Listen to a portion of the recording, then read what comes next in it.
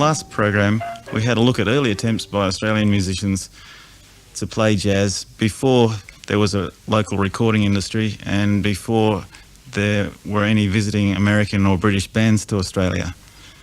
This program covers the period 1923 to 1928, which was dominated in palais de danse and on stage by visiting American and British bands, which gave most Australians their first chance to hear jazz live.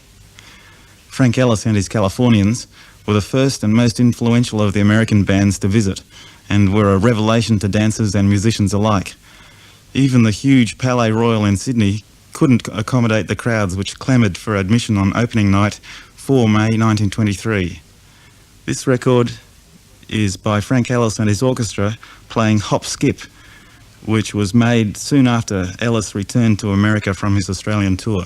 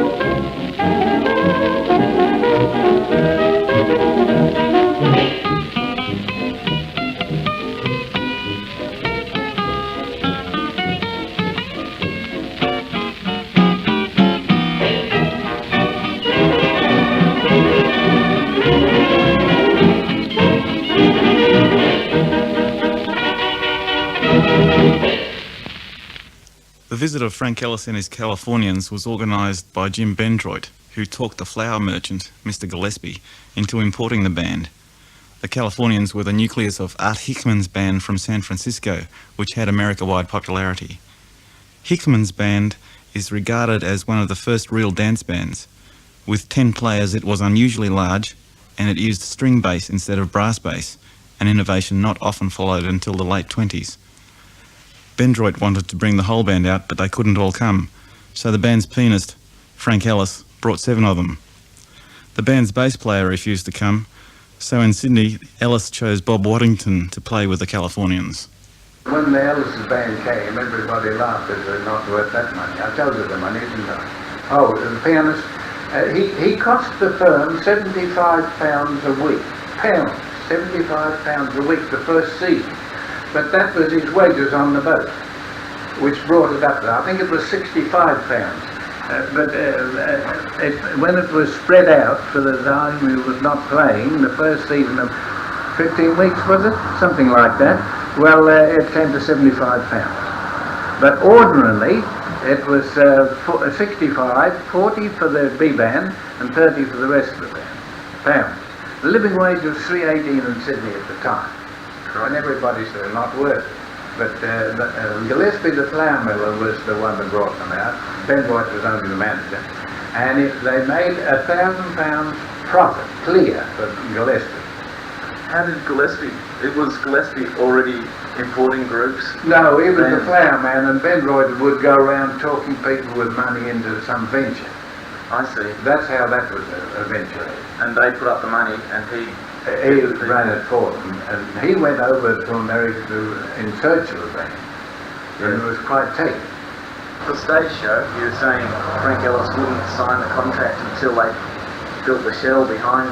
That was in Trisco. He said that in the contract the shell must be built for the band to play. Oh, it made all the difference, because they didn't blare and tear things like the jazz boys do today, and yet they filled that Valley Roar with the shell.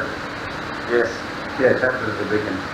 And did they have a stage act, or was it just straight playing? They did go and play on the Haymarket for the week before they started, afternoon performance. I didn't play with them. No. Because you see, I wouldn't have had anything memorised. They had to play without music. They came to Australia without their bass player, because he wouldn't leave America. On account of them always playing jokes. Yeah, right. Jokes on him. Yeah. And they didn't like their jokes. All they played terrific jokes. Like other Australian musicians, Eric Pearce learned a lot from the Californians. One of the good bands that taught us a lot, especially the grouping of instruments, was Frank Ellis and his Californians. Frank Ellis was the pianist in Art Hickman's band at the Hotel St Francis in Frisco.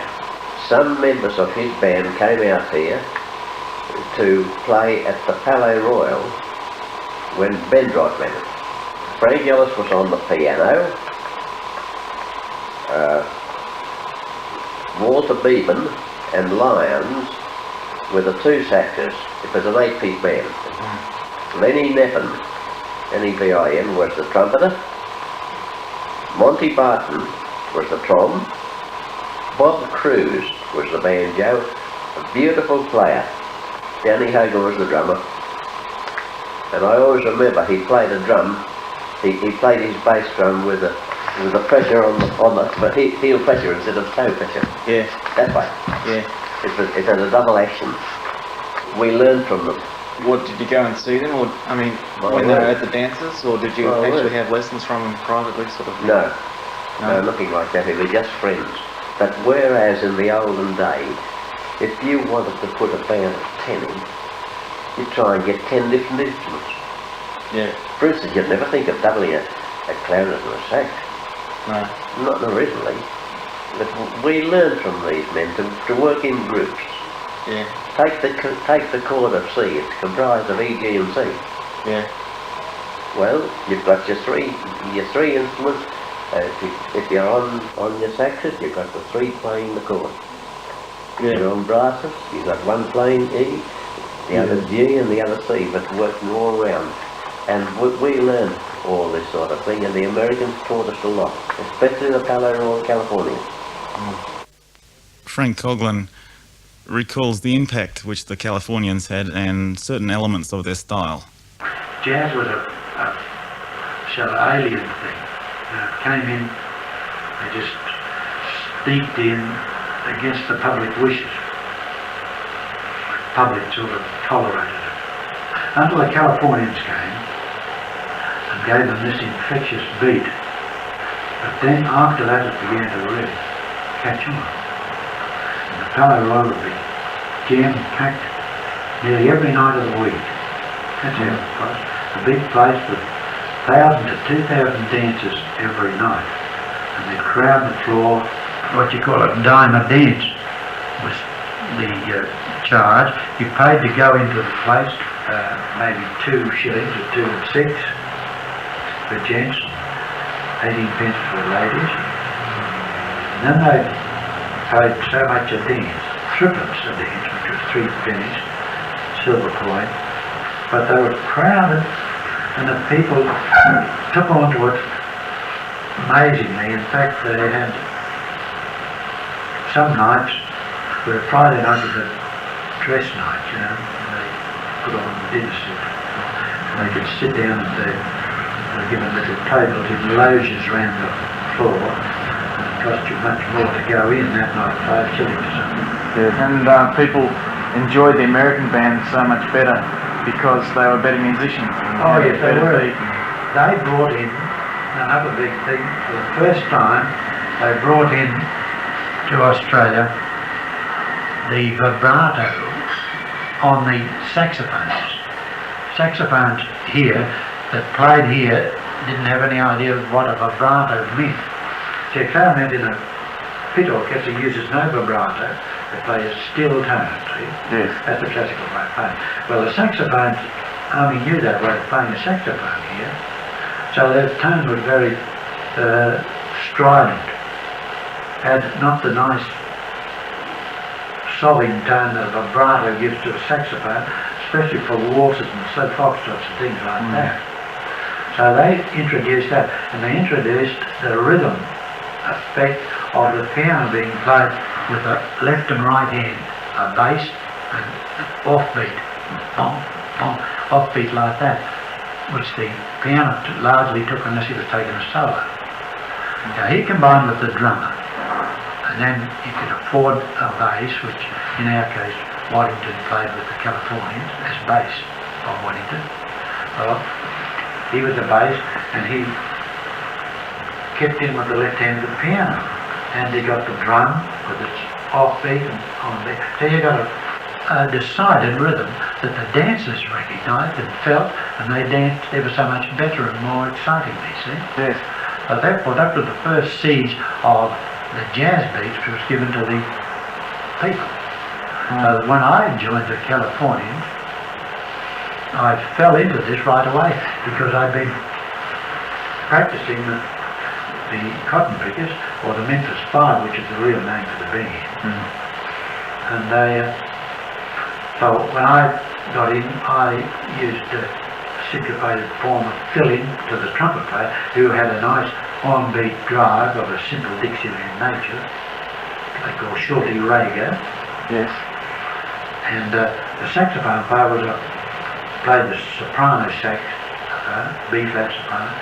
He didn't play clarinet, strangely enough. With that band, they had no clarinet player. Had no idea of New Orleans clarinet. But he did play a sort of jazz style on this B-flat clarinet that was a mixture around the melody, you know, that he did. And when he played the melody, I can remember a lot of the tunes of those days, he would repeat the note a lot and make them into quavers. See, like they've got a bit in rock and roll now. So they took over with rock and roll. Yeah. So he repeated the note instead of bum bum dum can't go dum bum bum bum. He go bum bum bum bum bum bum bum bum bum bum bum bum. He did this, and the tenor saxophone player would improvise a harmony with him. He'd have to harmonise with his ear, because he had no part to go by either. There was no orchestrations at all, only the lead chief of the alto sax and a sort of harmony passing bit for the tenor saxophone. Nothing to do with the rhythm or anything, see? So they had to make it up. Now I made it up for the trombone, and the tenor sax made it up for the saxophone. And the first trumpet played around the melody with an on-beat drive, semi-Dixieland, and the first B-flat sax weaved around the melody. So that combined with the banjo, who was a very good banjo player, and the drummer had a good style of early Dixieland drumming. He picked up all those in New Yorker. He did that too. He brought to us here the first idea of playing the drums in the right manner. We had nobody to go by before that. thing, and you could say that that was the beginnings of jazz in Australia. Frank Coughlin joined the band, which was renamed the Palais Royal Californians, and they recorded That Certain Party on 30 August 1926 in Homebush in Sydney.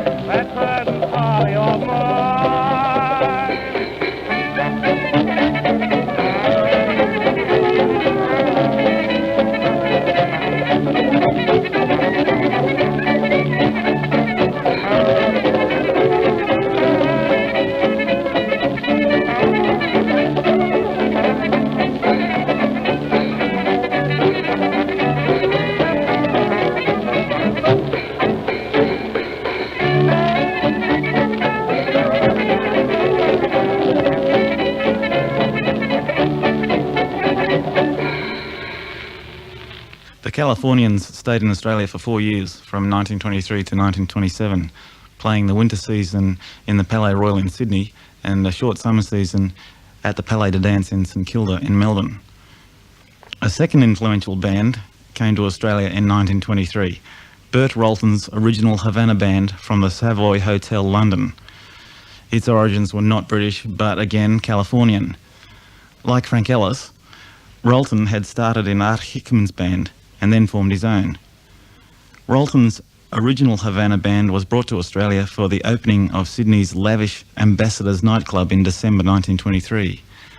Ambassadors was owned by Stuart Dawson, a wealthy jeweller who had even imported the chef and waiters from London. When Stuart Dawson opened Ambassadors, which was really it was underground near the Strand, it took in the old ABC Cafe and a whole lot underground. It was a beautiful place. When Stuart Dawson opened Ambassadors, he brought out an English band, Bert Rolton and his Savoy Havana band from the Savoy Hotel, London. There were the Savoy Havana and the Savoy Orpheum. See, but he had the Savoy Havana, and that's where Prudell came in. Yeah, I think he had about 3 brasses, and he featured himself as the only sax. He had a string of sax, and he used to stand in front of the band and play, and he was a wonderful musician. He was, I think, shot in South Africa hunting big game. Bert Rolton, I think that was the end of him. And I'm not sure if he didn't bring out Paul Whiteman's banjo player. The banjo player was in fact Eugene Pingiatori, whose brother Michael played banjo and guitar with Paul Whiteman's band. This is a record by Rolton Savannah Band, recorded in Melbourne in 1925, playing Sob Sister Sadie.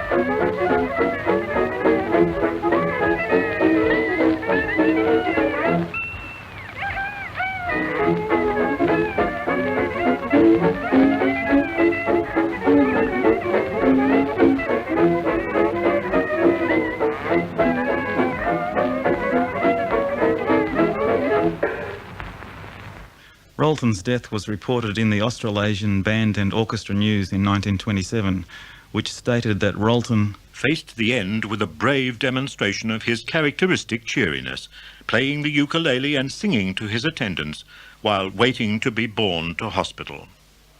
Another important American band from California during this period was Ray Tellier's San Francisco Orchestra, which played in Melbourne at the Palais de Danse from May 1925, but was so successful that their contract was extended to November 1926, and they returned for another 6 months in May 1928. This is a recording of Ray Tellier and his San Francisco Orchestra, which was made in Sydney on the 29th of November 1926. They're playing Tampico.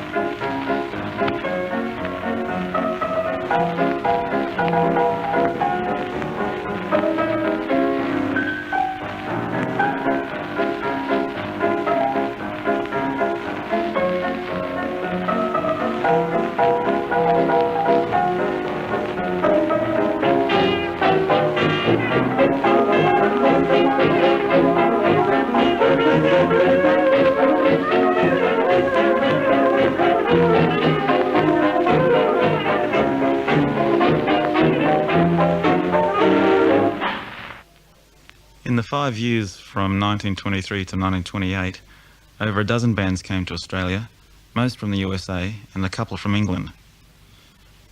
Ellis's and Tellier's bands were the most important for Australian musicians because they played the best and they stayed long enough for Australian musicians to learn a great deal about jazz from them. Some of the bands were palais bands and some were stage bands. They weren't all jazz oriented, but in a jazz age, virtually anything from America which was not strictly classical contributed to the jazz climate. And not all overseas bands were successful either. Carl Lyons persevered with Australian bands until the publicity surrounding the Americans proved to be too much to compete with. Tom Carlyon decided to import the Californian University Collegians. They were terrible. They brought a very fine band called the Collegian to Carline's in Melbourne. And Dean Carline, the son, went over to bring them over. And the father was so annoyed at the band, the unsuccess of the band, that he cut Dean out of his will. And later on he forgave Dean, but didn't alter the will and died. Dean got nothing out of that big estate. Dedicated, ambitious young Australian dance musicians seized the opportunity to play with the visiting bands, and they turned this experience to good account later when some of them led their own bands. For example, Bendroit and Ellis fell out when it came time to renew the Californians' contract in 1924, and Ellis went home. The band was then enlarged to 10 pieces with the addition of Australians Ern Pettifer, Dave Grouse, Keith Collins and Frank Coughlin, and was renamed the Palais Royal Californians. It continued the success of the original band, and they recorded in 1926. Ern Pettifer played on this recording. At that time there was this craze. The minute Frank Ellis and his Californians hit Australia, every other manager said, oh, let's get in on this racket, and they were bringing them out one after the other. And they were quite creditable bands, there was nothing wrong with them. But they just wore them into the ground to try and get the public in the doors, you see, because the Californians was just phenomenal. The Palais de Danse was crowded to the gills every night. You couldn't move in the place. Were these two things, Molenberg Joys and that certain party, were they just sort of standard repertoire? Oh, I suppose so. Why we were asked to record those, I wouldn't know. Perhaps that... I can still see us all crowding round this funnel. Everybody trying to get his bit in, you know. And they play it back to us. Oh, I can't hear myself. You move a bit over this way. You step back here. Go around it like a swarm of bees around a hive, trying to all get down that funnel. God, it was funny. Did you have to play very close to the thing? I mean, huddling? Yeah, we were right up to it, Chris. You know, and trying to arrange music stands, and how many was in the band? 10 or 12. Trying to get them round one little cardboard funnel. Boy, it's funny. But they didn't arrange two funnels, or maybe three to... Well, perhaps it didn't occur to them, Frank.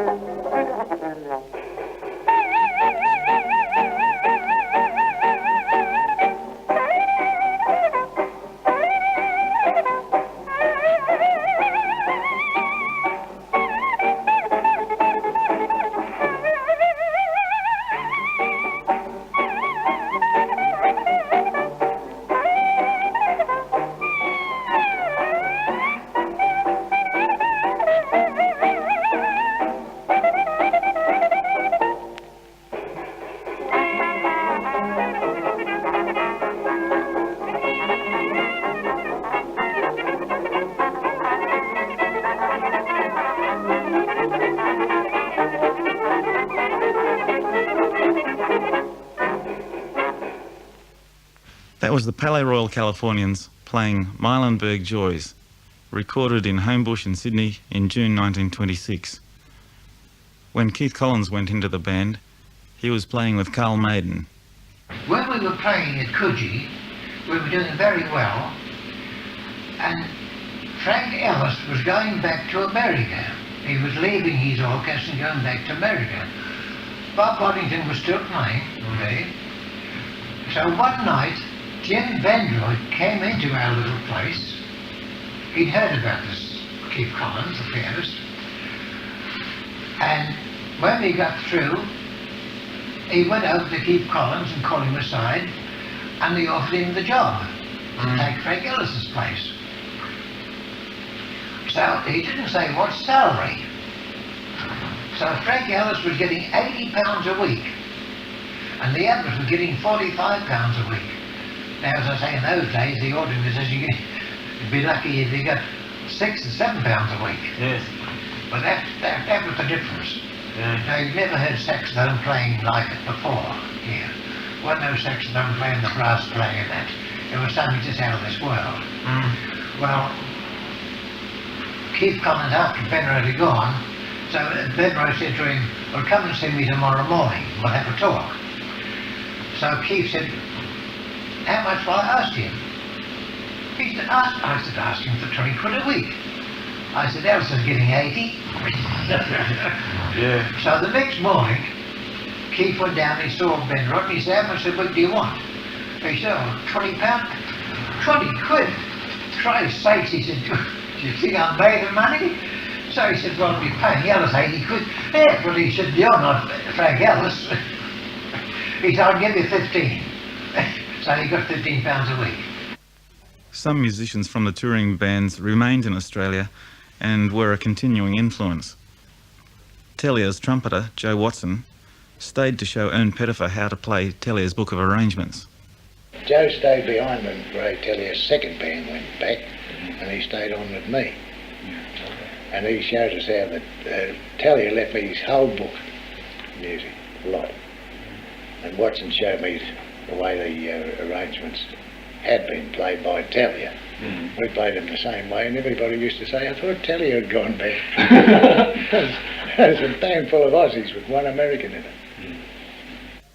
This is Joe Watson and his Green Mill Orchestra, recorded in October 1929, playing Alabama Stomp. This record is interesting because it has George Dobson on trumpet and an important Melbourne musician, Ben Featherston, on drums.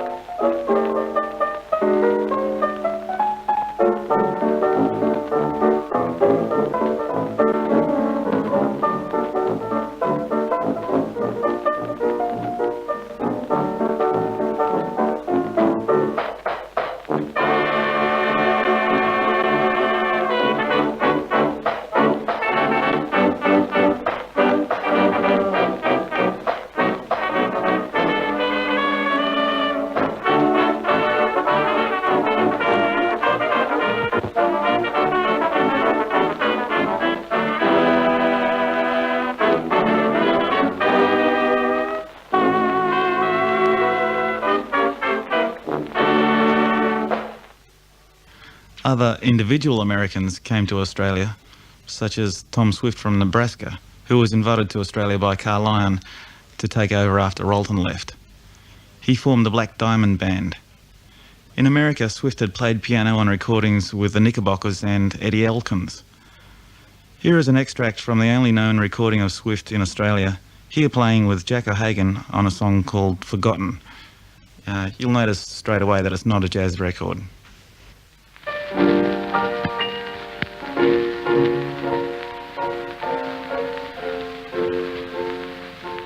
Waiting and watching for someone, somebody who said they'd be true, someone who's broken a promise, and I feel blue, heartbroken too, forgotten, forsaken, alone, forgotten, just left on my own, trying so hard to forget, wishing that we'd never met, forgotten and wondering just why the world seemed to pass me right by, feeling so blue, singing what'll I do,